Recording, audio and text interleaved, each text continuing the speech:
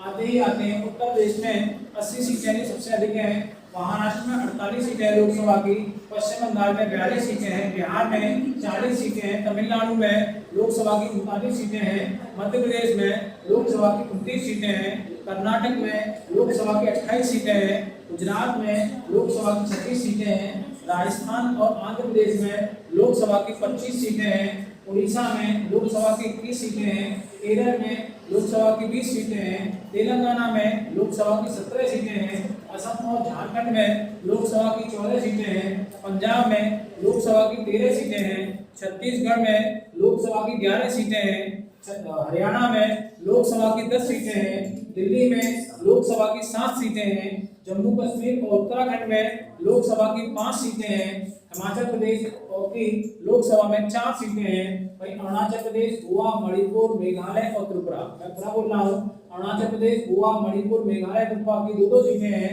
लद्दाख की 1 सीट है और शेष सभी राज्यों की 1 सीटें हैं। आप सभी का अग्निपथ अकेडमी में स्वागत है। मेरा नाम विश्वेंद्र सिंह जादव है और आप देख रहे हैं अग्निपथ अकेडमी का ऑनलाइन प्लेटफॉर्म। आप सभी लोग राज व्यवस्था के सत्र में उपस्थित हैं और राज व्यवस्था के तहत हमने संसद टॉपिक को शुरू किया था। संसद के तहत हम अब तक लोकसभा, राज्यसभा और संसद की सदस्यता के बारे में पढ़ चुके हैं। अगला टॉपिक है संसद में विधि बनाने की प्रक्रिया। अगर हम संसद में विधि बनाने की प्रक्रिया को देखें तो आर्टिकल 107 से 111, 107 से 111 मतलब 107 से 111 तक विधायी प्रक्रिया शीर्षक नाम से टॉपिक दिया गया है। अगर हम संविधान की बात करें तो संविधान में विधि निर्माण की प्रक्रिया के लिए बहुत विस्तृत जानकारी नहीं दी गई है, बल्कि संविधान में संसद के दोनों सदनों को नियम बनाने के अधिकार दिए हुए हैं। इसी नियमों के तहत राज्यसभा ने और लोकसभा ने विभिन्न अधिकार बनाए और इस प्रकार हमारी जो विधायी प्रक्रिया है उसको समझने के लिए हमें संविधान के अनुच्छेदों के साथ साथ लोकसभा और राज्यसभा के नियमों को भी समझना होता है। यदि हम विधि की बात करें, विधि अर्थात लॉ, इसे ही अधिनियम कहा जाता है। क्या कहा जाता है? अधिनियम कहा जाता है। संसद का जो प्रमुख कार्य होता है वह कानून बनाना होता है। जब कोई नियम या कानून बनने वाला होता है, बना नहीं होता है, उससे पहले उसे बिल कहते हैं। क्या कहते हैं? बिल या विधेयक कहते हैं। ये विधेयक पहले लोकसभा में फिर राज्यसभा में जब पारित हो जाता है, पारित होने के बाद जब यह राष्ट्रपति की परमिशन के लिए, इसके लिए राष्ट्रपति की अनुमति के लिए जाता है और जब राष्ट्रपति की अनुमति मिल जाती है तो क्या होता है? ये बिल क्या बन जाता है? एक्ट बन जाता है, मतलब अधिनियम। क्या बन जाता है? ये अधिनियम बन जाता है। इसका उदाहरण आपने समझा होगा। बिल क्या बन जाता है? बिल को क्या कहते हैं हम? अधिनियम कहते हैं। जैसे हमने आपको सिखाया पिछली क्लासों में कि किसको हम एम्बुलेंस कहते हैं। एम्बुलेंस कब कहते हैं? लड़की को शादी के बाद। धीमे से बोला है मैंने, तो आप समझ गए होंगे। अब हम देखें विधेयकों के प्रकार। अगर हम विधेयकों के प्रकार की बात करें तो विधेयकों के प्रकार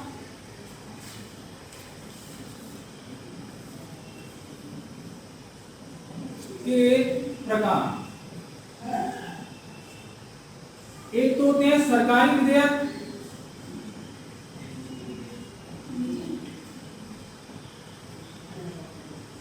और प्राइवेट विधेयक।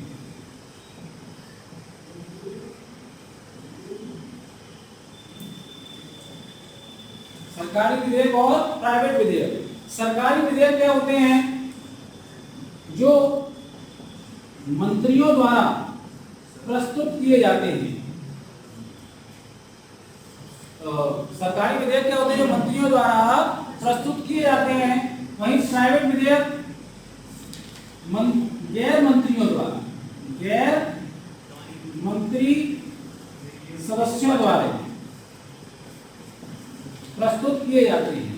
प्राइवेट विधेयक क्या होते हैं? गैर मंत्री सदस्यों द्वारा प्रस्तुत किए जाते हैं, वहीं पर सरकारी विधेयक होते हैं जो मंत्रियों द्वारा प्रस्तुत किए जाते हैं। गैर मंत्री से आप समझ सकते हैं, अगर वर्तमान में भारतीय जनता पार्टी की सरकार है, किसकी सरकार है? भारतीय जनता पार्टी की सरकार है, और हमें मतलब सरकार भारतीय जनता पार्टी की, तो मंत्री किसके होंगे? भारतीय जनता पार्टी के होंगे। अब मुझे एक बताइए, अगर भारतीय जनता पार्टी का कोई सदस्य कोई विधेयक प्रस्तुत करता है लेकिन वह मंत्री नहीं है, तो वह सरकारी विधेयक माना जाएगा या प्राइवेट विधेयक माना जाएगा?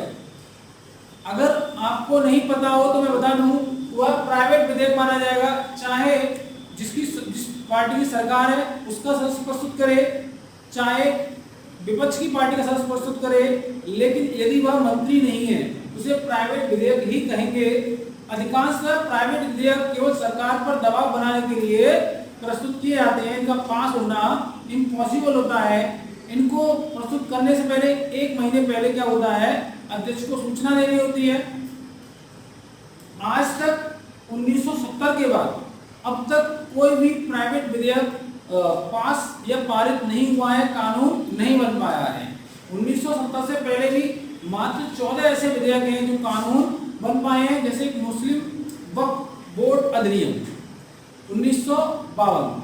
ये एक ऐसा एक्ट था जो बना था। ऐसे कुछ और एक्ट थे, लेकिन ज्यादातर प्राइवेट विधेयक पास नहीं होते हैं।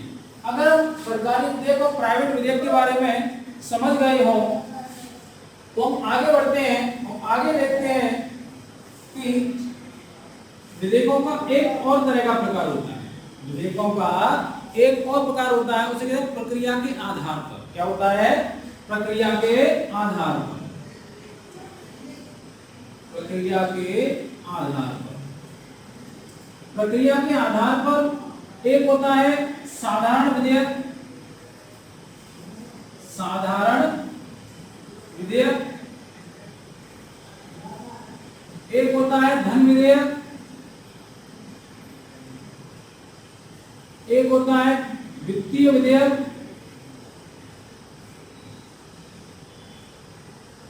और एक होता है संविधान संशोधन विधेयक। संविधान संशोधन विधेयक।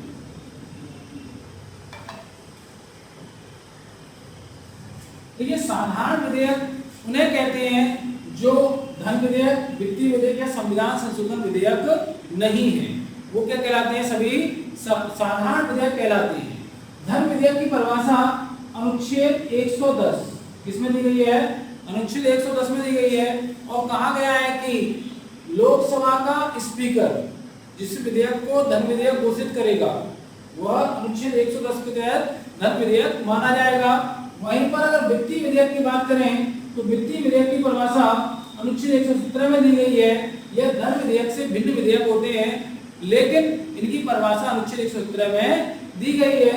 यदि संविधान संशोधन विधेयक की बात करें तो इसमें क्या होता है? संविधान के उपबंधों में परिवर्तन करने के लिए संविधान संशोधन विधेयकों को प्रस्तुत किया जाता है, और ये किस अनुच्छेद में आते हैं? अनुच्छेद 368 में इनको रखा गया है। इस प्रकार हमने साधारण विधेयक, धन विधेयक, वित्तीय विधेयक और संविधान संशोधन विधेयकों के बारे में अध्ययन किया। वहीं पर हम सरकारी विधेयक और प्राइवेट विधेयकों को भी देख चुके हैं। अब हम देखेंगे कि विधेयक को सदन में कैसे प्रस्तुत किया जाता है, कितने वाचन होते हैं, और दूसरे सदन में कैसे जाता है। दूसरे सदन में जाने के बाद वह राष्ट्रपति की परमिशन के जाता है, तो राष्ट्रपति पर कितने कितने ऑप्शन होते हैं। तो यदि आप इस चीज को देखें तो हम लिखेंगे साधारण विधेयक के पारित होने की प्रक्रिया। क्या लिखेंगे हम? साधारण विधेयक के पारित होने की प्रक्रिया। आप देख सकते हैं, आप लिख भी सकते हैं और लिखें आप अगर लिखना चाहें तो। साधारण विधेयक के पारित होने की प्रक्रिया, ये साधारण विधेयक, साधारण विधेयक के पारित होने की प्रक्रिया। कई चरण होते हैं इसके। साधारण विधेयक के क्या होते हैं? कई चरण होते हैं। उन चरणों के माध्यम से गुजरते हुए यह विधेयक अधिनियम बनता है। अगर हम साधारण विधेयक की बात करें तो पहला, अगर हम किसी सदन में प्रस्तुत करते हैं चाहे वो लोकसभा में प्रस्तुत करें चाहे उसे राज्यसभा में प्रस्तुत करें। तो क्या होगा, पहला जो चरण होगा उसे बोलेंगे प्रथम वाचन। प्रथम वाचन, वाचन का मतलब होता है रीडिंग, फर्स्ट रीडिंग। प्रथम वाचन में क्या होता है, इसमें प्रथम वाचन में क्या होता है, इसमें सदन में इसको प्रस्तुत किया जाता है। सदन में बिल सदन में प्रस्तुत करेगा कौन, या तो कोई मंत्री करेगा, अगर वह सरकारी विधेयक है तो, और यदि प्राइवेट विधेयक है तो कोई सदस्य करेगा, अगर वह प्राइवेट बिल है तो। बात समझ में आ गया। अब इसमें जो प्रथम वाचन होता है इसमें चर्चा नहीं होती, चर्चा नहीं होती, बिल्कुल कोई चर्चा नहीं होती है। केवल क्या होता है, केवल सदन की अनुमति दी जाती है, केवल सदन की अनुमति दी जाती है। और सदन की जब अनुमति दी जाती है उसके बाद क्या होता है, इसे गजट में या राजपत्र में, राजपत्र या गजट में प्रस्तुत कर दिया जाता है, प्रस्तुत कर दिया जाता है। मैंने आपको मैं ये बता दूं, अगर राजपत्र या गजट में परमिशन सदन की अनुमति लेने से पहले ही प्रस्तुत कर दिया गया है तो सदन की अनुमति लेने की कोई आवश्यकता नहीं है। आप उन्हें समझें, मैं आपको क्या बता रहा हूं, मैं बता रहा हूं अगर सदन की अनुमति ली गई, सदन की अनुमति ली गई और सदन की अनुमति लेने के बाद हमने क्या किया, राजपत्र या गजट में उसे प्रस्तुत कर दिया, लेकिन अगर हमने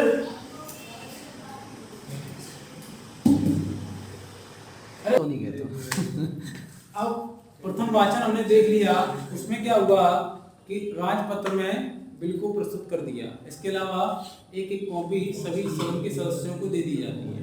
अब अगर हम दूसरी वाचन की, अब कहाँ पहुंचते हैं, हम द्वितीय वाचन की तरफ पहुंचते हैं, सेकंड रीडिंग की तरफ पहुंचते हैं।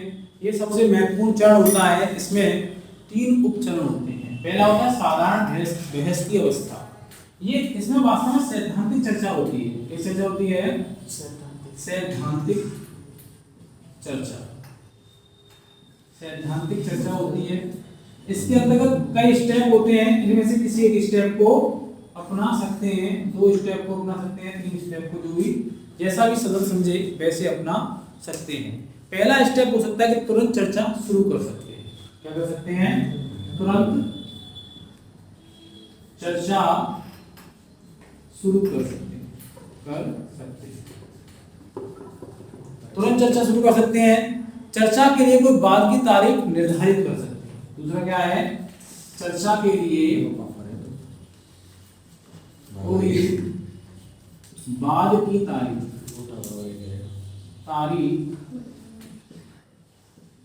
निर्धारित कर सकते हैं, निर्धारित कर सकते हैं। ठीक है, अगर तुरंत चर्चा शुरू नहीं करनी है, बाद की तारीख निर्धारित नहीं करनी है, तो क्या कर सकते हैं, एक ऑप्शन और होता है, सदन की प्रवर समिति या दोनों सदनों की संयुक्त समिति, दोनों सदनों की संयुक्त समिति को बिल सौंप सकते हैं,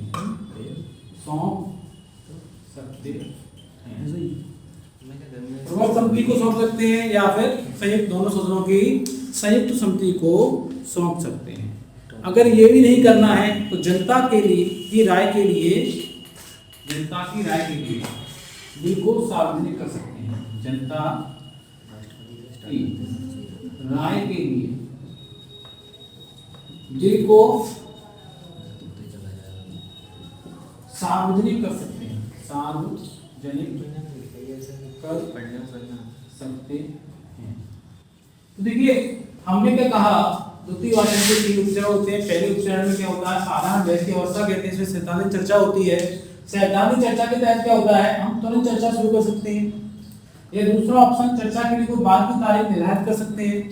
तीसरा ऑप्शन, सदन की प्रबल समिति या दोनों सदनों की संयुक्त समिति को बिल सौंप सकते हैं, या फिर जनता की राय के लिए बिल को सार्वजनिक कर सकते हैं।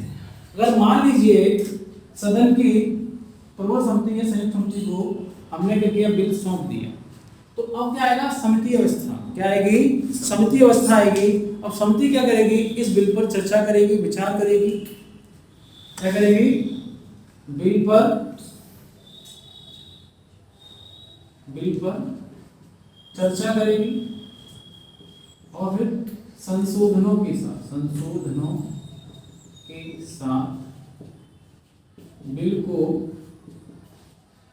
सदन को वापस भेज देगी।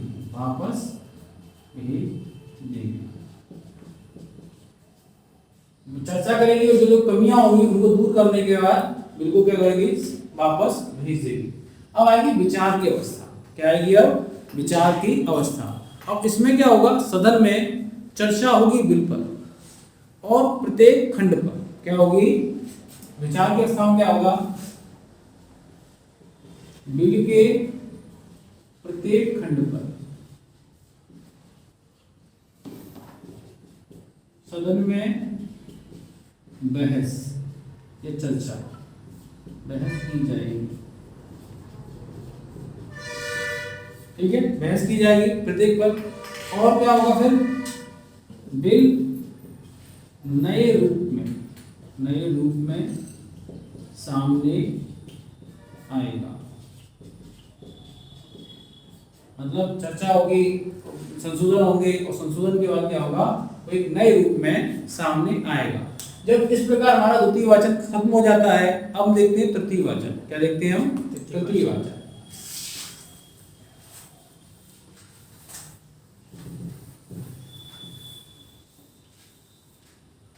अब द्वितीय वाचन के बाद आता है तृतीय वाचन। अब तृतीय वाचन या थर्ड रीडिंग, क्या कहते हैं इसे, थर्ड रीडिंग। थर्ड रीडिंग में आप एक बार समझ रहे हैं कि प्रत्येक खंड पर अलग अलग चर्चा नहीं होती, ना ही संशोधन का कोई सुझाव दिया जाता है, बल्कि पूरे बिल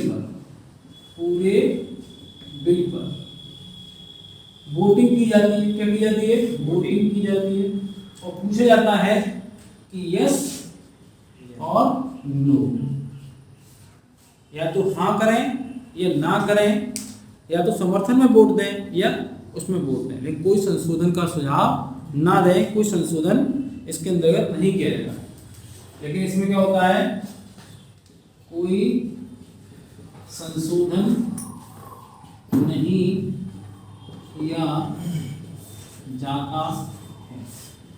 अगर यस होता है, क्या होता है, यस होती है वोटिंग को, मतलब कितने वोट मिल जाते हैं कि इसमें पारित हो गया। यस का मतलब बिल पारित, बिल क्या होगा, यहाँ पारित हो गया। यहाँ समझे अभी भी पब्लू, वोटिंग के बाद यस का बिल पारित हो गया, क्योंकि आप यहाँ का लटक रहे थे, बिल पारित होगा यहाँ पर पहले सदन में। अब यहाँ से कहाँ जाएगा, प्रथम सदन में पारित, इसके बाद दूसरे सदन में जाएगा। क्या जाएगा, दूसरे सदन में बिल जाएगा। इतनी बात समझ में आ गई, दूसरे सदन में बिल यहाँ से फिर जाएगा। अब यहाँ से जब दूसरे सदन में बिल जाएगा, तो अब दूसरे सदन में क्या होगा, विधेयक को दूसरे में भेजा जाना। तो अब ये हो गया तीसरा पॉइंट। ये क्या आएगा, चौथा पॉइंट, बिल को या विधेयक को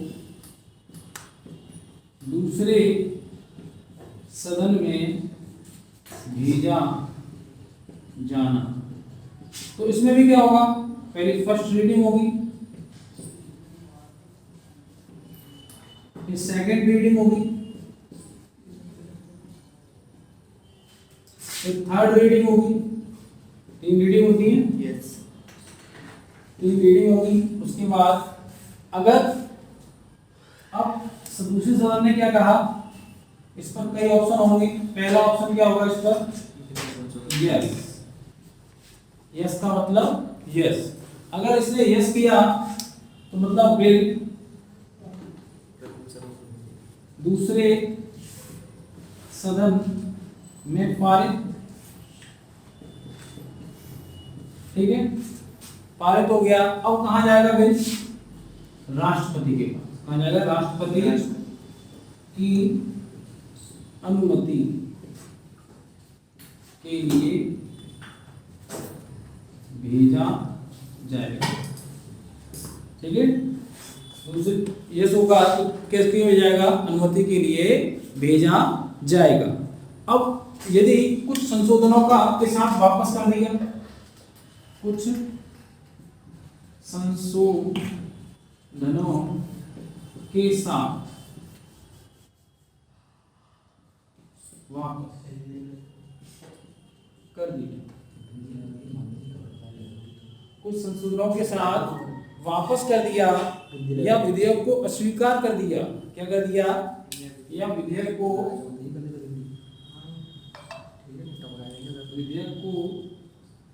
अस्वीकार कर दिया, अस्वीकार कर दिया, या विधेयक को अस्वीकार कर दिया, या फिर बिना कार्रवाई के अपने पास बिल को पड़े रहने दिया, बिना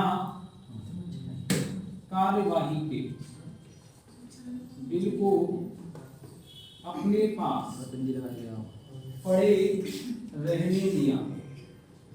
मतलब आप समझ सकते हैं, बिल को दूसरे सदन में भेजा गया। अब सदन में भेजा, first reading, second reading, third reading हुई, या बिल पर यस कर दिया तो बिल को दूसरे सदन में पारित माना जाएगा। उसके राष्ट्रपति की अनुमति के लिए उसे भेजा जाएगा। उसके कुछ यदि इसने कुछ संशोधन के साथ बिल को वापस कर दिया या विधेयक को अस्वीकार कर दिया या बिना कार्रवाई के बिल को अपने पास पड़े रहने दिया। अब देखिए, अब इसमें से क्या है? कुछ संशोधन वापस कर दिया और जो संशोधन किए थे, संशोधन किए उसे प्रथम सदन ने मान लिया तो क्या होगा? इसके बाद भी है राष्ट्रपति की अनुमति के लिए जाएगा, इसके बाद भी है राष्ट्रपति की अनुमति के लिए जाएगा। लेकिन जो संशोधन किए थे वो अगर नहीं माने तो क्या होगा? संशोधन किए थे वो क्या हुए? नहीं माने तो गतिरोध, एक तो अस्वीकार कर दिया तो गतिरोध, दूसरा स्वीकार नहीं तो गतिरोध, और ये गतिरोध, तीनों की वजह से क्या होगा? गतिरोध। अगर 60 दिन तक लगातार बिल पड़ा रहे दूसरे सदन के पास तो गतिरोध माना जाता है। क्या माना जाता है? गतिरोध की स्थिति मानी जाती है। क्या कहा जाता है कि दोनों सदनों के बीच क्या हो गया है? गतिरोध उत्पन्न हो गया है। सॉरी, 60 दिन नहीं, 6 महीने तक लिख लेना आप लोग, 6 महीने तक कार्रवाई नहीं करे तो क्या होगा? गतिरोध माना जाएगा। जब गतिरोध की स्थिति होगी तो क्या होगा? राष्ट्रपति संयुक्त बैठक बुलाएगा। क्या बुलाएगा? संयुक्त बैठक। राष्ट्रपति संयुक्त बैठक बुलाएगा और राष्ट्रपति संयुक्त बैठक अनुच्छेद 108 के तहत बुलाता है, जिसकी अध्यक्षता लोकसभा का स्पीकर करता है। इसमें लोकसभा का पलड़ा अधिक भारी रहता है। संयुक्त बैठक में जो निर्णय लिया जाता है वह उपस्थित एवं मतदान करने वाले सदस्यों के बहुमत से लिया जाता है। किससे लिया जाता है? सदस्यों के बहुमत से लिया जाता है। हरकत ऐसी ना करें कि हंसी आ जाए, शांत रहें, नहीं तो आप लोग समझ रहे हैं वीडियो में नाम के सहज आपकी राम की जाएगी। समझ में आ गया क्या? गतिरोध उत्पन्न ना हो, संयुक्त बैठक 108, इसमें क्या होता है? राष्ट्रपति बुलाता है। इसमें क्या होता है? लोकसभा का पलड़ा भारी रहता है। जब यहाँ पर ये प्रक्रिया हो जाती है उसके बाद क्या होता है? अगला चरण आता है, उस चरण को कहते हैं राष्ट्रपति के पास बिल को भेजा जाता है। तो हम देखते हैं यहां से क्या हुआ? यहां से दूसरे सदन के पास गया, सदन के पास। अब अगला क्या है? 5वां पॉइंट है राष्ट्रपति। कौन है? राष्ट्रपति। अगर मान लो बातें ना करें, मुझे बार बार टोकना ना पड़े, आपको इस बात का ध्यान रखें, संयम रखें। क्या फायदा है? आपकी राम की जाए और बिना नाम के लोग समझ में आ गया? राष्ट्रपति की स्वीकृति। अब एक बात आइए, राष्ट्रपति पर कौन कौन से विकल्प होते हैं? राष्ट्रपति पर कौन कौन से विकल्प होते हैं? अगर आपको मैं बताऊं तो एक तो राष्ट्रपति कह सकता है यस, मतलब स्वीकार कर सकता है। अगर राष्ट्रपति ने कहा यस तो क्या होगा? बिल क्या बन जाएगा? एक्ट बन जाएगा। बिल क्या बन जाएगा? एक्ट बन जाएगा। कोई एम्बुलेंस ना बोलो, एम्बुलेंस बन जाएगी। ठीक है, बिल क्या बन जाएगा? एक्ट बन जाएगा। यदि उसने जेबी वीटो का प्रयोग किया, जेबी वीटो का प्रयोग, एक जेबी वीटो का प्रयोग कर सकता है। जेबी वीटो क्या होता है? पॉकेट वीटो कहते हैं, मतलब बिल को वह अपने पास रख ले। क्या कर ले? बिल को वह अपने पास रख ले, तो फिर कुछ नहीं हो सकता। दूसरा क्या, अगला क्या है? अगला है कुछ संशोधनों के साथ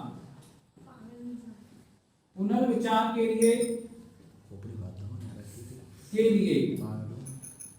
वापस लौटा सकता है, वापस लौटा सकता है। अब सदन क्या करे? सदन क्या करे? संशोधन के साथ या बिना संशोधन के? संशोधन के साथ या बिना संशोधन के?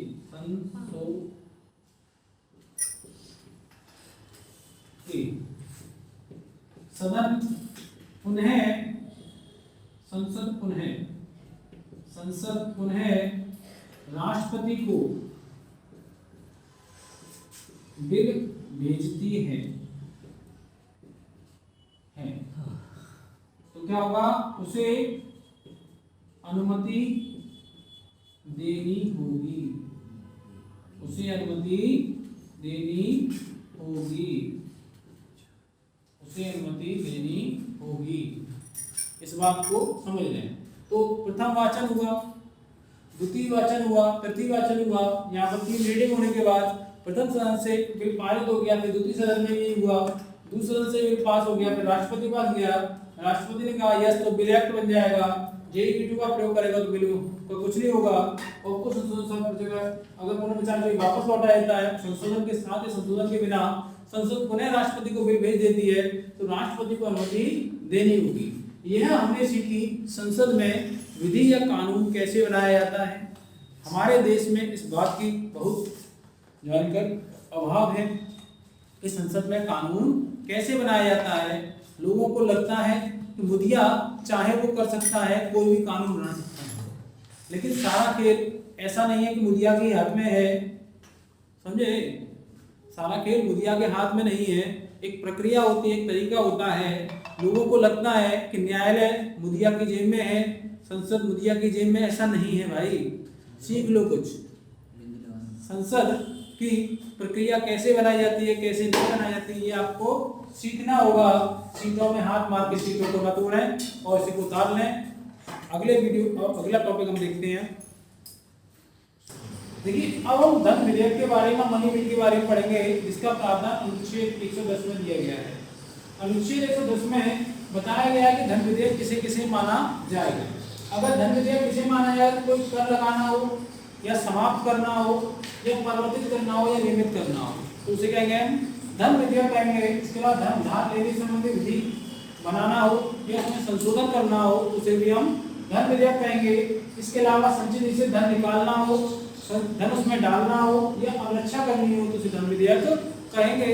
इसके अलावा संचित निधि को संचित निधि पर कोई व्यय भारित करना हो या भारित व्यय की रकम को बढ़ाना हो तो उसे भी हम क्या कहेंगे? धन विधेयक के नाम से जानेंगे। इसके अलावा अन्य प्रावधान भी इसमें शामिल हैं।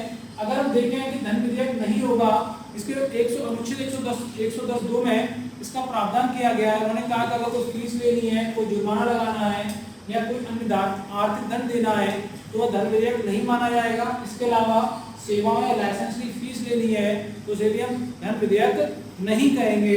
इसके अलावा स्थायी निकाय द्वारा स्थानीय प्रयोजन के लिए कोई कर लगाया है, हटाया है या परिवर्तित किया या उसे विनियमित करने के लिए कोई नियम बनाया है, उसे भी धन विधेयक नहीं माना जाएगा। तो हमने अब तक देखा कि धन विधेयक किसे कहते हैं और किसे नहीं कहते हैं।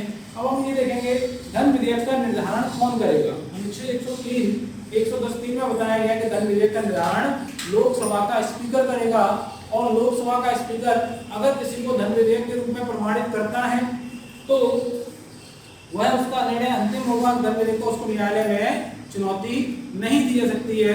जब धन विधेयक कोई जो लोकसभा का स्पीकर है जब धन विधेयक के रूप में किसी विधेयक को प्रमाणित कर देता है, उसके बाद जब राष्ट्रपति की सिफारिश के पास भेजा जाता है पूर्व परमिशन के लिए, पूर्व सिफारिश के लिए, पूर्व अनुमति के लिए, मतलब विधेयक को बिल को लोकसभा में पेश करने से पहले हम राष्ट्रपति की अनुमति ले लेते हैं। और यह बात अनुच्छेद 110 में किसमें कही गई है? अनुच्छेद 117 में। अनुच्छेद 117 में कहा गया कि धन विधेयक है उसको लोकसभा में प्रस्तुत करने से पहले हमें राष्ट्रपति की पूर्व अनुमति लेनी होगी, अर्थात राष्ट्रपति की सिफारिश पर ही इसे लोकसभा में प्रस्तुत किया जाएगा। इसमें साफ साफ लिखा है कि राज्यसभा में प्रस्तुत नहीं होगा। तो धन विधेयक किसमें प्रस्तुत होता है? सबसे पहले लोकसभा में प्रस्तुत होता है, उसके बाद राज्यसभा में होता है। और एक बात ध्यान रखें, धन विधेयक जो है वो हमेशा सरकारी विधेयक होता है। मैंने क्या लिखा है? धन विधेयक हमेशा सरकारी विधेयक होगा। इसका मतलब धन विधेयक को केवल मंत्री ही प्रस्तुत कर सकते हैं। केवल कौन प्रस्तुत करेगा? मंत्री ही प्रस्तुत कर सकते हैं, कोई अन्य प्रस्तुत उसे नहीं करेगा। अगर हम धन विधेयक की बात करें, धन विधेयक के मामले में जो राज्यसभा है, आरएस है, उसकी स्थिति क्या है? तो धन विधेयक के मामले में राज्यसभा अत्यंत कमजोर स्थिति में है। कैसी स्थिति में है? कमजोर स्थिति में है। राज्यसभा के पास केवल 14 दिन होते हैं। 14 दिन के भीतर वह लोकसभा को संशोधनों के साथ, संशोधनों के बिना उसे बिल को लोकसभा को वापस भेजना होता है। यदि राज्यसभा 14 दिन के भीतर लोकसभा को बिल वापस नहीं भेजती है तो माना जाता है कि राज्यसभा में बिल पारित हो गया है। अब उन्होंने संशोधनों के साथ, संशोधनों के बिना लोकसभा को बिल भेजा। अब आरएस ने कोई संशोधन किया है तो वो लोकसभा उस संशोधन को मान भी सकती है, उस संशोधन को मान भी सकती है और उस संशोधन के बिना भी बिल को पेश कर सकती है। दोनों ही स्थिति में लोकसभा में बिल पारित माना जाएगा। जब यहाँ पर लोकसभा में बिल पारित हो जाएगा, राज्यसभा में बिल पारित हो जाएगा तो वह क्या होगा? राष्ट्रपति की अनुमति के लिए जाएगा। इस बिल पर स्पीकर, जो लोकसभा का स्पीकर प्रमाणित करेगा कि यह धन विधेयक है। इस पर राष्ट्रपति अपनी अनुमति दे सकता है, अपनी अनुमति रोक सकता है या जेबी वीटो का प्रयोग कर सकता है। मतलब बिल को अपने पास अनिश्चित काल के लिए पड़े रहने दे सकता है, लेकिन राष्ट्रपति पुनर्विचार के लिए इसे वापस नहीं भेज सकता। इसका कारण क्या है? अनुच्छेद 117 के तहत, अनुच्छेद 117 के तहत हमने पहले ही राष्ट्रपति से अनुमति ली थी पेश करने से पहले। जिसकी हम अनुमति पहले ले सके हैं वह उसे पुनर्विचार के लिए वापस नहीं भेज सकता है। इस प्रकार हमने धन विधेयक या मनी बिल के बारे में पढ़ा। अब हम आगे वित्तीय विधेयक के बारे में अध्ययन करेंगे। देखिए, अब हमें सीखना होगा वित्तीय विधेयक जो होते हैं, फाइनेंशियल बिल होते हैं, वो अनुच्छेद 117 में इनके बारे में प्रावधान दिए गए हैं। अब ये वित्तीय विधेयक क्या होते हैं और इनके बारे में क्या प्रावधान है, तो मैं आपको बता दूं, वित्तीय विधेयक वे सारे विधेयक होते हैं जिनका जो वित्त से जुड़े मामले रखते हैं। अब आप इससे पहले अनुच्छेद 110 के तहत धन विधेयक पढ़ चुके हैं, तो मैं आपको बता दूं जितने भी धन विधेयक हैं वो सभी वित्तीय विधेयक तो हैं, लेकिन जो वित्तीय विधेयक हैं वे सभी धन विधेयक नहीं हैं। मतलब कह सकते हैं कि अगर धन विधेयक इतना बड़ा सर्किल है तो वित्तीय विधेयक इतना बड़ा सर्किल है। ये क्या है? वित्तीय विधेयक है और बीच वाले धन विधेयक हैं। बीच वाले क्या है? धन विधेयक है। ऊपर वाले क्या है? वित्तीय विधेयक हैं। तो वित्तीय विधेयक धन विधेयक वित्तीय विधेयक के अंतर्गत आते हैं। इसका मतलब कह सकते हैं कि जो वित्तीय विधेयक है वो 3 प्रकार के हो सकते हैं। धन विधेयक अनुच्छेद 110 के तहत, वित्तीय विधेयक प्रकार 1 अनुच्छेद 117(1) के तहत, वित्तीय विधेयक प्रकार 2 अनुच्छेद 117(3) के तहत। अब यदि हम वित्तीय विधेयक प्रकार 1 को देखें, इसमें क्या क्या होते हैं, तो वित्तीय विधेयक प्रकार 1 जो अनुच्छेद 117 के तहत दिया गया है, इसमें कहा गया है कि वित्तीय विधेयक के प्रकार वन हैं, उनमें धन विधेयक के विषय तो शामिल हैं, उसमें नो डाउट, प्लस अन्य कुछ विषय भी इसमें शामिल किए गए हैं, अन्य कुछ विषय भी इसमें शामिल किए गए हैं। अब यदि हम इसकी बात करें कि जो वित्तीय विधेयक प्रकार वन है उसकी और धन विधेयक की समानता क्या है, अगर इन दोनों की समानता की बात करें तो वित्तीय विधेयक प्रकार वन को केवल लोकसभा में ही प्रस्तुत किया सकता है, इसमें केवल लोकसभा में ही प्रस्तुत किया सकता है। इसके अलावा आप ये भी समझें कि राष्ट्रपति की पूर्व अनुमति, कैसी अनुमति, राष्ट्रपति की पूर्व अनुमति हमें वित्तीय विधेयक प्रकार वन में लेनी पड़ती है। अगर हम इस मामले में देखें धन विधेयक की जो स्थिति, धन विधेयक के मामले में राज्यसभा की स्थिति बहुत ही कमजोर थी। अब क्या वित्तीय विधेयक प्रकार वन के मामले में ऐसा है? तो नहीं है। वित्तीय विधेयक प्रकार वन के मामले में राज्यसभा की स्थिति कमजोर नहीं है, बल्कि जैसे साधारण विधेयक के मामले में थी वैसी ही स्थिति थी। अर्थात अगर वित्तीय विधेयक प्रकार वन राज्यसभा में जाता है तो राज्यसभा उसे स्वीकार कर सकती है, उसे अस्वीकार कर सकती है, संशोधन कर सकती है, क्या कर सकती है, संशोधन के साथ सदन को भेज सकती है। अगर दोनों सदन, पहला सदन उस संशोधन को नहीं मानता है तो क्या समझाएगा कि दोनों सदनों में गतिरोध उत्पन्न हो गया है, या फिर वह अपने पास उस विधेयक को पढ़े रह सकती है। 6 महीने तक अगर पढ़ा रहता है विधेयक तो भी गतिरोध उत्पन्न हो जाता है। जब गतिरोध उत्पन्न हो जाएगा तो फिर क्या होगी, संयुक्त बैठक, जिसका प्रावधान अनुच्छेद 108 में किया गया है। मैं बार बार आपको समझा रहा हूँ, संयुक्त बैठक को बुलाएगा कौन, राष्ट्रपति, लेकिन उसकी अध्यक्षता कौन करेगा, स्पीकर करेगा। अगर स्पीकर नहीं है तो कौन करेगा, डिप्टी स्पीकर करेगा, और डिप्टी स्पीकर भी नहीं है तो कौन करेगा, तो सभापति करेगा, सभापति नहीं करेगा। तो अब जब संयुक्त बैठक होगी, संयुक्त बैठक में जो भी निर्णय होगा उससे वो संविधान, वो क्या होगा, बिल पारित हो जाएगा। पारित होने के बाद किसके पास जाता है, राष्ट्रपति के पास जाता है। राष्ट्रपति के पास जाता है तो धन विधेयक के मामले में क्या था, राष्ट्रपति या तो स्वीकार कर सकता है या अस्वीकार कर सकता है, जेबी वीटो का प्रयोग कर सकता है, लेकिन उस बिल को पुनर्विचार के लिए वापस नहीं भेज सकता। लेकिन वित्तीय विधेयक प्रकार वन में जो अनुच्छेद 111 के तहत राष्ट्रपति के पास ऑप्शन क्या होंगे, उसे स्वीकार कर सकता है, अस्वीकार कर सकता है, जेबी वीटो का प्रयोग भी कर सकता है, और वह उसे पुनर्विचार के लिए वापस भी भेज सकता है। ये हुआ आपका प्रकार वन। अब हम देखेंगे प्रकार 2 के बारे में। वित्तीय विधेयक प्रकार 2 क्या होते हैं। वित्तीय विधेयक प्रकार 2 सेम साधारण विधेयकों जैसे होते हैं। संचित निधि में, संचित निधि से पर अगर भारित खर्च से जुड़े प्रबंध और संचित निधि पर कोई पैसा भारित है, उसके उपबंधों में अगर कोई परिवर्तन करना है तो क्या करते हैं, वित्तीय विधेयक प्रकार 2 जो अनुच्छेद 117(2) में दिया गया है, ऐसे मामलों को करते हैं। लेकिन इन पर ध्यान रखना, इसमें वो मामले शामिल नहीं होंगे जो अनुच्छेद 110 में शामिल हैं। वित्तीय विधेयक प्रकार वन में वह मामले शामिल नहीं होंगे जो धन विधेयक अनुच्छेद 110 में शामिल हैं, लेकिन वित्तीय विधेयक प्रकार वन में धन विधेयक प्लस अन्य मामले शामिल होते हैं। आप इस बात को समझ पा रहे हैं। ये ध्यान रखना, जो वित्तीय विधेयक प्रकार 1 है, प्रकार 2 है, यह साधारण विधेयक के समान। एक तो क्या होता है, इसमें 110 से जुड़े मामले शामिल नहीं, ठीक, 110 से जुड़े मामले शामिल नहीं। दूसरा, इसमें क्या होता है, संचित निधि पर भारित खर्च से जुड़े उपबंध, से जुड़े उपबंध। अब तीसरा क्या होता है, ये साधारण विधेयक के समान होते हैं। साधारण विधेयक के समान मतलब क्या है, वित्तीय विधेयक प्रकार 2 को चाहे तो लोकसभा में चाहे तो राज्यसभा में, दोनों में शुरू किया सकता है। लेकिन वित्तीय विधेयक प्रकार 1 को केवल लोकसभा में प्रस्तुत किया सकता है, वहीं धन विधेयक को भी केवल लोकसभा में प्रस्तुत किया सकता है।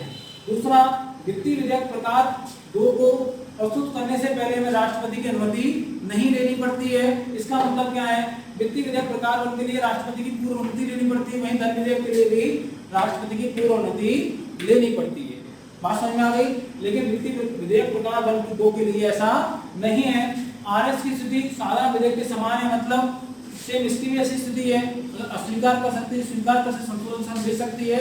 अगर इन दोनों में गतिरोध उत्पन्न होता है तो क्या होगा, दोनों के लिए संयुक्त बैठक का प्रावधान होगा। इसको कौन बुलाएगा, राष्ट्रपति बुलाएगा, और उसकी अध्यक्षता कौन करेगा, लोकसभा का स्पीकर करेगा। राष्ट्रपति पर भी सारे ऑप्शन होते हैं, वो स्वीकार कर सकता है अनुच्छेद 111 के तहत। राष्ट्रपति विधेयक को परमिशन किसके तहत देता है, अनुच्छेद 111 के तहत से यस कर सकता है, सेम इसमें वही होगा, नो कर सकता है, सेम इसमें होगा, जेबी वीटो को प्रयोग कर सकता है, और पुनर्विचार के लिए वापस भी भेज सकता है। क्या यह पुनः पुनः लिखाने की आवश्यकता है, नहीं है। अगर आवश्यकता तो आप इसे लिख सकते हैं, बस इसकी विशेष बात क्या है, आपको लिखना है विशेष बात। क्या लिखनी है, विशेष बात। विशेष बात क्या है, अगर इस बिल को क्या है, सदन उस बिल को विचार करता है या पारित करता है, करना है तो राष्ट्रपति पूर्ववर्ती। अब इस बिल को अगर विचार करता है या पारित करना चाहता है, उससे पहले क्या लेना होगा, वित्तीय विधेयक प्रकार 2 के लिए राष्ट्रपति की पूर्व अनुमति लेनी होगी। क्या लेनी होगी, राष्ट्रपति की पूर्व अनुमति लेनी होगी। अर्थात साधारण विधेयक के समान तो है, लेकिन राष्ट्रपति की पूर्व अनुमति से ही प्रस्तुत होगा, से ही प्रस्तुत होगा। कहां पर, संसद में, सदन में राष्ट्रपति की पूर्व अनुमति से ही प्रस्तुत होगा। चाहे वो लोकसभा में प्रस्तुत करना हो, चाहे उसे हमें राज्यसभा में प्रस्तुत करना हो, लेकिन होगा कैसे, वो राष्ट्रपति की पूर्व अनुमति से ही। यही इसकी विशेष बात है जो इसको साधारण विधेयक से अलग करती है। क्या करती है, साधारण विधेयक से अलग करती है। बाकी सेम चीजें सब साधारण विधेयक जैसी हैं, बस एक चीज है कि राष्ट्रपति पूर्व अनुमति से इसे लोकसभा या राज्यसभा में प्रस्तुत किया सकता है। इस प्रकार हमने वित्तीय विधेयकों के बारे में पढ़ा, आज धन विधेयकों के बारे में पढ़ा। इसके अलावा हमने साधारण विधेयक की पूरी प्रक्रिया को देखा। यदि आप संविधान संशोधन विधेयक की बात करें तो इसके बारे में अभी हम देखते हैं। हाँ जी, अब देखते हैं संविधान संशोधन विधेयक। संविधान के उपबंधों में किस प्रकार से संशोधन किया जाता है। अगर हमें संविधान के में संशोधन करना है तो हमें अनुच्छेद 368 का सहारा लेना होगा। क्या लेना होगा, अनुच्छेद 368 का सहारा लेना होगा। संविधान संशोधन विधेयक जो है वह किसी भी सदन में शुरू किया सकता है। यह ना तो धन विधेयक ना वित्तीय विधेयक प्रकार 1 की तरह की वो लोकसभा में शुरू किया जाएगा। इसे आप चाहे तो लोकसभा में शुरू करें, चाहे आप राज्यसभा में शुरू करें, किसी भी सदन में इसको शुरुआत की जा सकती है। धन विधेयक संविधान संशोधन जो विधेयक है उस पर राष्ट्रपति की पूर्व अनुमति लेने की कोई आवश्यकता नहीं है। राष्ट्रपति की पूर्व अनुमति लेने की कोई आवश्यकता नहीं होती है। यदि इसके बाद भी हम देखें तो जो संविधान संशोधन विधेयक है, अगर दोनों सदनों में गतिरोध उत्पन्न हो जाए, एक सदन अस्वीकार कर दे या फिर उस संशोधनों के साथ वापस लौटा दे, लेकिन वो पहला सदन उसको मानने को तैयार ना हो, ये 6 महीने तक अपने आप को पड़ा रहने दे, किसी भी गतिरोध की स्थिति में संविधान संशोधन विधेयक पर संयुक्त बैठक नहीं होगी। अनुच्छेद 108 में जो संयुक्त बैठक का प्रावधान किया गया है, जिसे राष्ट्रपति बुलाएगा और स्पीकर इसकी अध्यक्षता करेगा, वह संयुक्त बैठक संविधान संशोधन के मामले में नहीं होती है। वह संविधान संशोधन विधेयक साधारण विधेयक और वित्तीय विधेयक प्रकार 1 और वित्तीय विधेयक प्रकार 2 के मामले में होती है। लेकिन संयुक्त बैठक का प्रावधान ना तो धन विधेयक के संबंध में है, ना ही संविधान संशोधन विधेयक के संबंध में है। यदि हम संविधान संशोधन विधेयक की बात करें तो देखें राष्ट्रपति की स्थिति क्या है। राष्ट्रपति की स्थिति क्या है, तो राष्ट्रपति के मामले कहा गया है जो अनुमति देगा,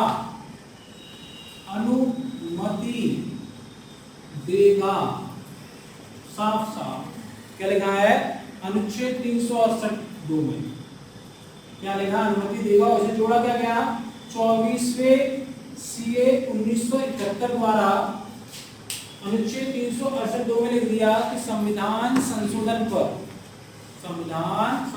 पर राष्ट्रपति अनुमति देने के लिए बाध्य है। इसका मतलब क्या है, संविधान संशोधन बिल को राष्ट्रपति अस्वीकार नहीं कर सकता। बात समझ में आ गई। अब संविधान संशोधन विधेयक दो प्रकार के होते हैं। एक वो विधेयक जो संघात्मक ढांचे से संबंधित होते हैं, इसमें राज्यों के प्रावधान भी होते हैं। अगर हमें जो संघात्मक ढांचे से जुड़े प्रावधान नहीं है उनमें यदि संशोधन करना है तो क्या होगा, संसद के दोनों सदनों की विशेष बहुमत द्वारा हो जाएगा। यहाँ विशेष बहुमत का मतलब क्या है, जो कुल सदस्यों का बहुमत या फिर उपस्थित और मतदान करने वाले, क्या उपस्थित और मतदान करने वाले 2/3 सदस्यों का बहुमत, इनमें से जो भी अधिक हो वह विशेष बहुमत में माना जाएगा। और कोई प्रावधान यदि संघात्मक ढांचे से जुड़ा है, इससे जुड़ा है, कोई प्रावधान यदि संघात्मक ढांचे से जुड़ा है तो क्या होगा, संसद के दोनों सदनों की विशेष बहुमत अर्थात कुल सदस्यों का बहुमत या 2/3 उपस्थित और मतदान करने वाले सदस्यों का बहुमत, इनमें जो भी अधिक वो होगा विशेष बहुमत प्लस आधे राज्यों का समर्थन। कितने राज्यों का, आधे राज्यों का अनुसमर्थन भी प्राप्त होना चाहिए। वो भी कह रहे हैं कि हाँ हाँ हाँ हाँ। ऐसा एक प्रावधान था जीएसटी, क्या था, GST, goods and service tax. ये जो पारित हुआ इसका अधिनियम तो क्या हुआ, इसके लिए सदनों के विशेष बहुमत की आवश्यकता थी प्लस आधे राज्यों ने इसका समर्थन भी किया था। इस प्रकार संविधान संशोधन विधेयक किया जाता है। अब आप लोगों ने साधारण विधेयक के बारे में, धन विधेयक के बारे में, वित्तीय विधेयक के बारे में और अब संविधान संशोधन विधेयक के बारे में जानकारी प्राप्त कर ली है। अब आप इनके बारे में विशेष क्वेश्चनों को लिख सकते हैं, बना सकते हैं, इनके क्वेश्चनों को सॉल्व कर सकते हैं। यदि हम संयुक्त बैठक की बात करें, इसकी बात करें, संयुक्त बैठक की बात करें तो वैसे तो मैं आपको संयुक्त बैठक के बारे में काफी अध्ययन करा चुका हूं, फिर भी यदि आप समझें संयुक्त बैठक, संयुक्त बैठक अनुच्छेद 108 में इसमें दी गई है, अनुच्छेद 108 में दी गई है। संयुक्त बैठक किसमें दी गई है, अनुच्छेद 108 में दी गई है। संयुक्त बैठक कब बुलाई जाती है, जब दोनों सदनों में गतिरोध उत्पन्न हो जाए, दोनों सदनों में गतिरोध, गतिरोध दोनों सदनों में तो लिख दें, दोनों सदनों में, दोनों सदनों में गतिरोध उत्पन्न हो जाए, अब एक बात आइए, दोनों सदनों में गतिरोध उत्पन्न हो जाए, गतिरोध कब उत्पन्न होगा, जब गतिरोध कब उत्पन्न होगा, इसकी 3 कंडीशन है। दूसरा सदन, मतलब जो गतिरोध उत्पन्न लिखा है, क्या करें, दूसरा सदन अस्वीकार कर दे, दूसरा सदन प्रस्ताव को अस्वीकार कर दे। किसके प्रस्ताव को, प्रथम सदन के। दूसरा कुछ संशोधनों के साथ, कुछ संशोधनों के साथ प्रथम सदन को भेजे, सदन को भेजे, लेकिन प्रथम सदन उसे अस्वीकार कर दे तो भी हो जाएगा। तीसरा क्या है, दूसरा सदन बिल को 6 महीने तक अपने पास पड़ा रहने दे। ये 3 स्थितियां होती हैं जब गतिरोध उत्पन्न हो जाता है। जब गतिरोध उत्पन्न होता है तो फिर विधेयकों पर संयुक्त बैठक बुलाई जाती है। इन विधेयकों पर संयुक्त बैठक बुलाई जाती है। तो आप क्या कहेंगे, एक तो साधारण विधेयक पर एक क्या बुलाई, साधारण विधेयक पर बुलाई जाती है, और दूसरी वित्तीय विधेयक पर। किसको बुलाई जाती है, वित्तीय विधेयक पर। साधारण विधेयक पर बुलाई जाती है और वित्तीय विधेयक पर संयुक्त बैठक बुलाई जाती है। आपको बात समझ में आ गई या नहीं आई?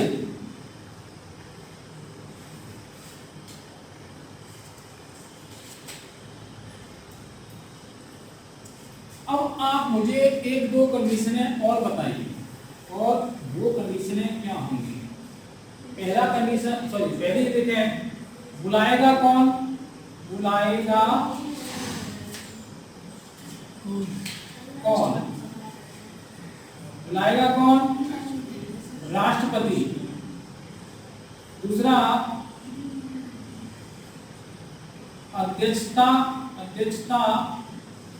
करेगा कौन?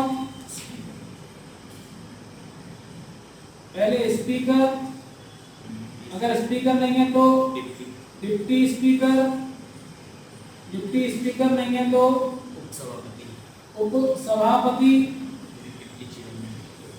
फिर उसके बाद क्या होगा? जो लिस्ट में आ जाती है लोकसभा 10 लोगों की, वो इस प्रकार होगा। बुलाएगा कौन और अध्यक्षता कौन करेगा?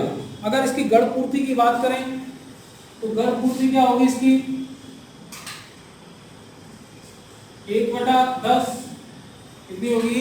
1/10 होगी। वैसे ये बात लिखाओ या मत लिखाओ, कोई खास फर्क नहीं पड़ता है। इतनी बात समझ में आ गई आपको? अब हम देखते हैं कि संयुक्त बैठक की यदि सूचना दे दी गई है, आशय की सूचना, अगर संयुक्त बैठक की सूचना दे दी गई है, इसके बाद क्या हुआ? इसके बाद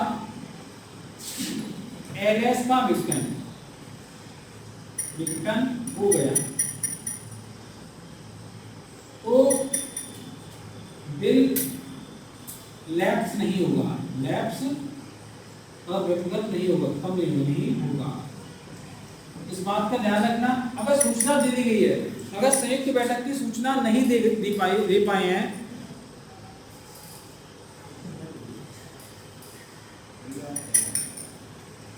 अगर सूचना नहीं दे पाए हैं तो बिल खत्म। अगर संयुक्त बैठक की इस आशय सूचना दे दी गई है तो ध्यान रखना वो बिल खत्म नहीं होगा, विगत नहीं होगा। बात समझ में आ गया?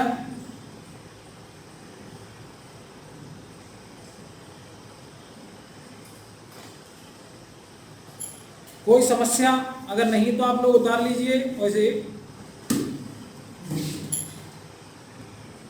आज आपने संसद में विधि बनाने की प्रक्रिया के बारे में अध्ययन किया। इस प्रक्रिया के तहत हमने देखा कि विधेयक कितने प्रकार के होते हैं। विधेयक, जो निजी विधेयक, सरकारी विधेयक क्या होते हैं, साधारण विधेयक क्या होता है, धन विधेयक क्या होता है, वित्तीय विधेयक क्या होते हैं, और संविधान संशोधन विधेयक क्या होते हैं। इसके बाद हमने साधारण विधेयक के संबंध में प्रथम वाचन, द्वितीय वाचन, तृतीय वाचन, उसके बाद सदन में जाना, फिर राष्ट्रपति की अनुमति मिलना, इन सब के बारे में अध्ययन किया। फिर हमने धन विधेयक के बारे में, वित्तीय विधेयक के बारे में डिटेल से अध्ययन किया। फिर हमने संविधान संशोधन के बारे में अध्ययन किया। फिर हमने संयुक्त बैठक के बारे में विभिन्न टॉपिकों को देखा। इस प्रकार आपकी संसद में विधि बनाने की प्रक्रिया पूरी होती है। और आज की जो क्लास है वो भी आज यही समाप्त होती है। हम कल आपको फिर मिलेंगे कुछ नए टॉपिकों के साथ। तब तक आप देखते रहिए अग्निपथ एकेडमी का ऑनलाइन प्लेटफॉर्म। आप अपना बहुत सारा ख्याल रखें, हमेशा जीवन में खुश रहें, आसपास सफाई रखें, पेड़ पौधों की रक्षा करें, जानवरों पर दया करें, और देखते रहें अग्निपथ एकेडमी का ऑनलाइन प्लेटफॉर्म। जय हिंद, जय भारत, वंदे मातरम।